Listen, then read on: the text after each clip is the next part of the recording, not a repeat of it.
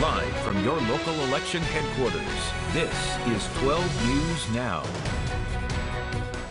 12 News is monitoring the presidential election. More than 50 million ballots have been counted. We'll tell you who's ahead so far. And it looks like a shakeup at the Rhode Island State House. A Republican challenger for the position held by the Speaker of the House is ahead right now. Plus, a veteran Rhode Island congressman is currently behind. Now that could all change as more votes are counted. From your local election headquarters, I'm Shannon Heggie. And I'm Mike Montecalvo. It's election night. The polls are now closed and the results for in-person voting are starting to pour in. However, there's a chance we don't have the final results for several days or even weeks. We have a team of reporters covering the race for the White House, local elections, issues voters ran into, and more. Plus, we're tracking the results of ballot questions in Rhode Island and Massachusetts. But first, here's the latest on some results. Now, one of the biggest headlines of the night, a possible major upset in the race for the Rhode Island State House. Republican Barbara Ann Fenton Fung is currently leading House Speaker Nick Mattiello in District 15. You can see the results right here with 75% of the votes in. Fenton Fung has 66% of the vote, Mattiello with 34%. The AP has declared Fenton Fung the winner. However, Mattiello has not conceded yet. He's talking about looking at the mail-in ballots. And even Fenton Fung admitting that she is not declaring herself the winner. She said it's just too early. They need to see what happens around 11 o'clock when the Board of Elections says they will start having those mail-in and early voting numbers coming through. We are going to hear from Barbara Ann Fenton Fung in just a moment. Meantime, in the race for the White House, the Associated Press calling it in Rhode Island, Massachusetts, and Connecticut for Joe Biden, but in the popular vote across the country with 37% in, Donald Trump right now has 50% of the vote compared to Joe Biden's 48%. Our political reporters are going to break down what the numbers mean for us as far as Rhode Island, Massachusetts go, and that's happening in just a few minutes. And another potential upset. This one is for the mayor of Warwick. That is independent candidate Frank Picozzi with 82% of the precincts and the votes in. 70% of the vote right now goes to Picozzi, who was an independent. He has over 10,000 votes. That's against Mayor Joseph Solomon, who has only 30% of the vote. Now that we could have a major upset in the race for a coveted seat at the Rhode Island State House. As we mentioned, Republican Barbara Ann Fenton Fung, the wife of Cranston Mayor Alan Fung, is vying for District 15 House seat that is held by Democratic Speaker Nick Mattiello. And as of right now, she is in the lead. We just showed you the results on your screen. The AP declaring her the winner hours ago. But again, we are still waiting for the mail-in ballots, early voting numbers to come in. The Board of Elections has said we should start seeing those numbers at 11 o'clock. 12 News reporter Steph Machado joins us now live from Cranston with the latest. Steph? Hi guys, well I'm here at Cranston at the Republican Watch Party. They are having an outdoor event here at St. Mary's Feast Society. And listen, folks here are pretty happy. There's been cheering in the crowds, but no one declaring victory quite yet. As you mentioned, the AP did call this race between Barbara Ann Fenton Fung and House Speaker Nicholas Mattiello for Fenton Fung. But we only have the in-person votes that were cast on Election Day at the precincts today. So the question is whether there might be a difference between folks who decided to go vote on Election Day and folks who voted early or by mail. Were there more Republicans who voted one way or another? Were there more Democrats who voted one way or another? And half the voters in this district are independent voters. So there are a lot of questions here. Nick Mattiello's campaign tells me it's way too close to call the race. And we do know the early in-person votes, people who went to Cranston City Hall to vote in the last couple of weeks, that's the next tranche of votes that's going to be dropped in this race. There were about 1,800 people in District 15 who did that. So those are the numbers we are refreshing the page. Everyone here at this party is refreshing the page and waiting for right now. Here's what Barbara Ann told me a short time ago after the AP did call the race. I like being up 1,198 votes at this point, for sure. It is the first trunk that we'll have reported. So I'm a pretty superstitious person. We'll wait and see around 10 o'clock what the early in-person voting results were, and then we'll start to see how comfortable we feel. But even though the AP's called the race, you know, we're not ready to claim victory quite yet. So again, waiting for that next tranche of votes here. It would obviously be significant news if the House Speaker lost his race here. That means Cranston voters would have declined to re-elect the person who has the most power in the House, but neither campaign is saying it's over at this point. We'll send it back to you guys for now. Steph, one of the things that Nick Mattiello has been saying along the campaign trail is how much money he brings back to the city of Cranston, and also that with him being in power, they would wipe out the car tax. She had a response to you live on Channel 12 earlier. Yes, and I'm sorry I missed the end of your question, had a little problem with my earpiece, but I think I get the gist. Listen, the speaker says only he can phase out the car tax, only he can do this. She is saying that she's going to fight just as hard for Cranston, and, you know, listen, the speaker has a lot of power. He is at the top of the House, he's at the rostrum, but he doesn't have unlimited power. Obviously, in order to get a car tax phase out completed, it involves the Senate, it involves the governor, and she has criticized him for the fact that he decided to punt the budget until after the election, consideration of the budget until after the election. But he told me today that if he does win tonight, it really gives him a lot of clout and a lot of equity to get that car tax phase out into this year's budget. So all things that we're going to be watching very closely. All right, Steph, thank you very much live in Cranston. Now to the race for mayor in Rhode Island's second largest city. Cranston Mayor Alan Fung, Barbara Ann's husband, has reached his limit of serving 2 four-year terms, so now the position is up for grabs. The two candidates, Democrat Maria Bucci and Republican Ken Hopkins. As you can see, with 42% in right now, Hopkins has the lead, 65% of the vote to Maria Bucci's 35%. But again, and we can't say this enough, we are still waiting for those mail-in ballots and the early voting numbers to come through around 11 o'clock. 12 News reporter Brandon Truitt's been following this race, though, all day long. He joins us now live in Cranston with more. Brandon? Well, let's start with the big picture. No matter who wins this race, it really starts a new era, a new chapter for the city of Cranston. As you just mentioned, current mayor Alan Fung, term limited out after 12 years. You see those in-person results that have tabulated. Right now, we're still waiting those second waves that we keep talking about. But I got to tell you, the mood here is positive, as Ken Hopkins was speaking just moments ago. And in fact, he joins us now live. We can speak with you here. So you just spoke with the crowd a little bit ago. Share with some of our viewers what you were telling them. How are you feeling now seeing those initial results? Well, the initial results look real good. I mean, we're up by 5,000 votes. We're going to be looking at the walk-in vote pretty soon. Within the next 10 minutes, we should have that answer. And then we've got some mail ballots that we have to look at, too. So there's a chance. I mean, it's not insurmountable that she could come back to win, but we feel very confident right now that we've got a victory. We were talking about the journey of this campaign, what it's been like over these last couple of months. Summarize that as you've really hit the finish line here and are just waiting on those last little bit of votes to be tabulated. Well, the journey was a long one. I mean, I lost my wife in December. Then I made a decision to give my heart and soul to the city of Cranston. That was a difficult decision for me to make, but the people welcomed me with open arms in Cranston. They've made me feel as though I've got my family, and everywhere I go in Cranston, people have shown me that type of love. So I had a real good feeling while I was campaigning that the people really wanted me to be their next mayor. That's what I want to talk to you about, because we've talked several times throughout the course of this campaign, but at what point did you feel that something might be turning in your favor? I'm not exactly sure when it happened. I could just feel it all the way through. From the beginning, when we started going door to door and talking to people, people started to get excited when I showed up at the door. If I went into restaurants, people noticed who I was. So our message was really getting out there and starting to resonate. I could feel it real strong the last 2 weeks.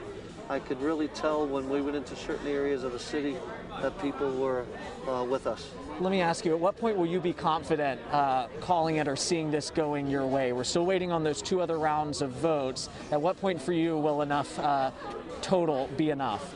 Well, I've got a lot of respect for my opponent. I thought she ran a great race, and I want to give her the benefit of the doubt until the official tally comes in.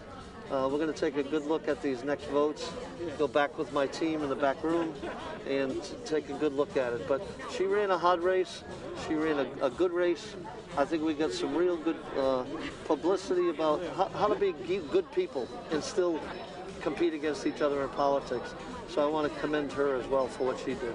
Ken Hopkins, thanks for joining us live. We appreciate it. We'll be in touch throughout the rest of this evening. Great, thank Guys, you. I just want to mention we did reach out to the Maria Bucci campaign, who says at this point they are still waiting on more votes to be tabulated.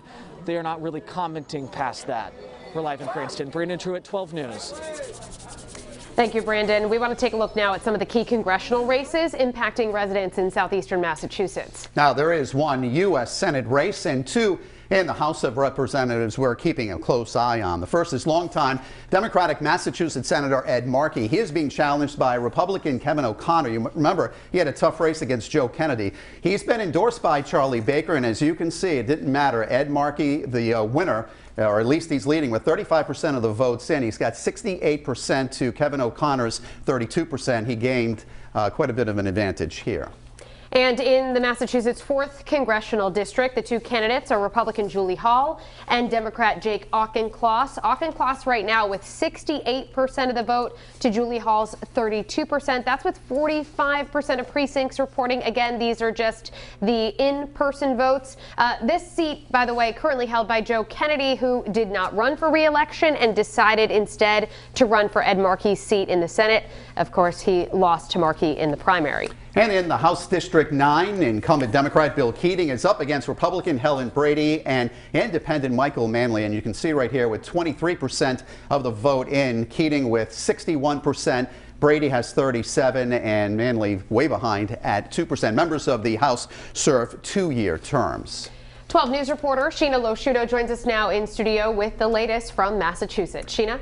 Yeah, first let's start with the Senate race. The Associated Press declared Ed Markey the winner just 2 minutes after the polls closed. If you saw the numbers, you can probably see why. Markey dominating his challenger, Republican Kevin O'Connor.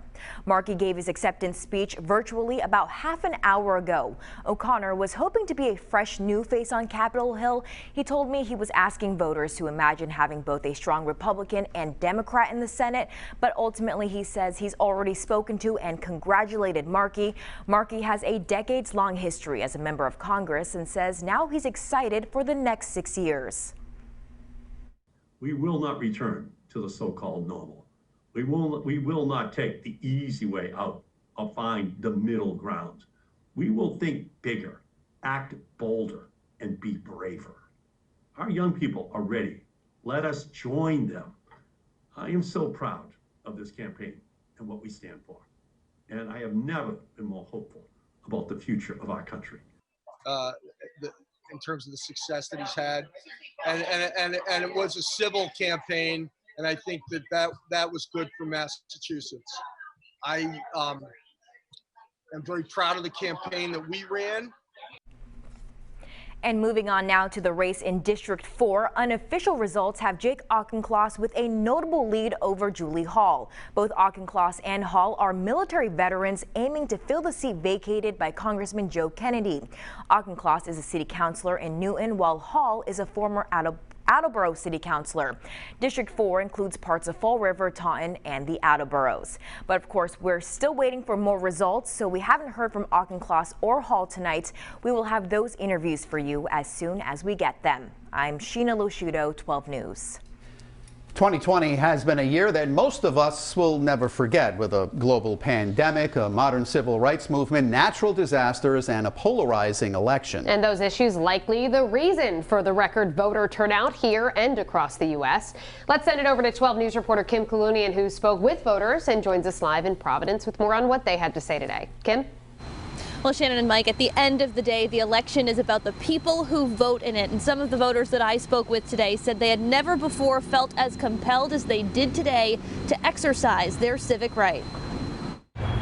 Record-breaking voter turnout in Rhode Island. I can't just sit back and hope for the best anymore. I have to be a part of the change. Whether they were among the roughly 300,000 Rhode Islanders who voted early or the more than 173,000 that cast ballots on Tuesday. I wanted to come out and vote in person because I just wanted to make sure for sure that my vote was counted. Voters had varying reasons for why they were voting, but they all agreed on the great importance of making their voices heard this year. I think nothing less than democracy itself is on the line in this election. I think we have a very clear choice of which way this country wants to go. because I want kids out of cages and I want everyone to be as gay and as queer as gay and queer as they possibly can be. Estoy muy orgullosa hoy por haber dado mi voto. My presidente es strong. I'm sorry.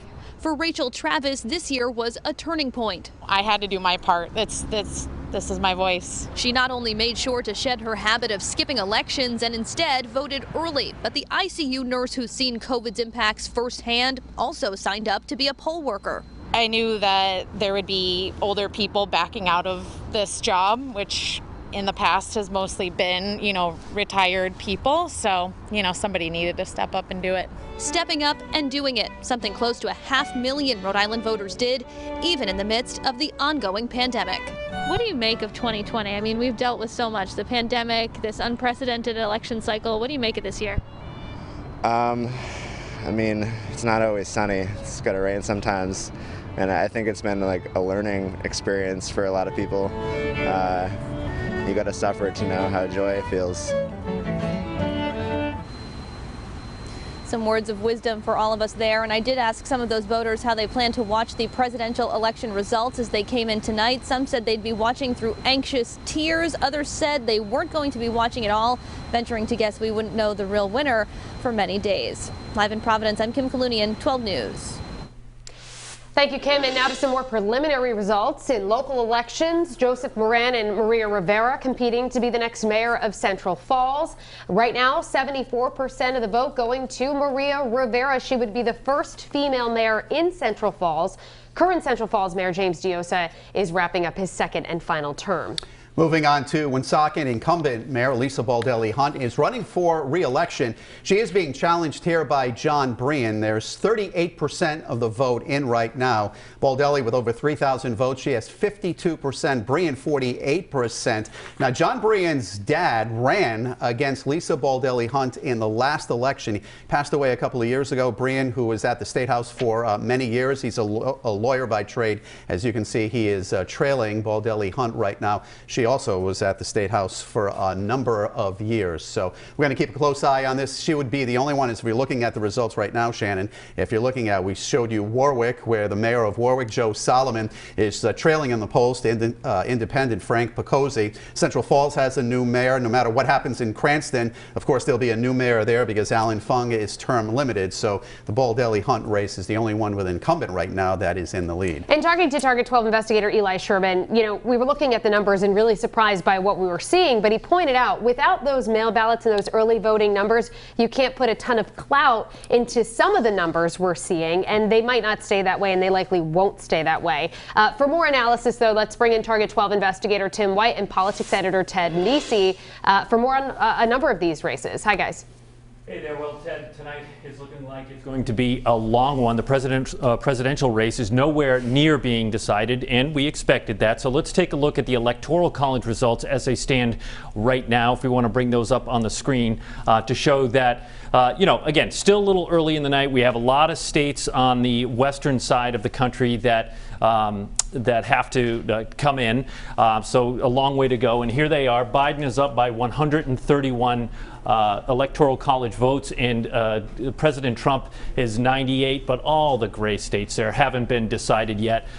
How is it going so far tonight? How does it feel to you right now? I'd say if I am a Trump supporter, I'm feeling pretty good. I would not say yet that he's by any means a cinch to win re-election, but I would say, considering how poorly he was polling in terms of having a clear path to 270 electoral votes, they're winning Florida. I think Florida's going to get called for the president before too long. He's looking fairly strong in Georgia, North Carolina, Texas. We're watching those Rust Belt states, which are pretty tight. The thing that's clear to me is it does not look like this is going to be any kind of blowout for Joe Biden, which is how some of the most optimistic polls for him looked. I think, it could be a long night. It could be multiple days if it's going to come down to a few states that are going to take a while to count. I want to call up the Rhode Island results in the Biden-Trump race, and we just heard Mike and Shannon talking about this a little bit. The AP called the race for Biden as soon as the polls closed, but there was a lot of confusion from people on social media because Trump was winning, and if you look, he still is winning here, and the people were seeing here, it shows 34%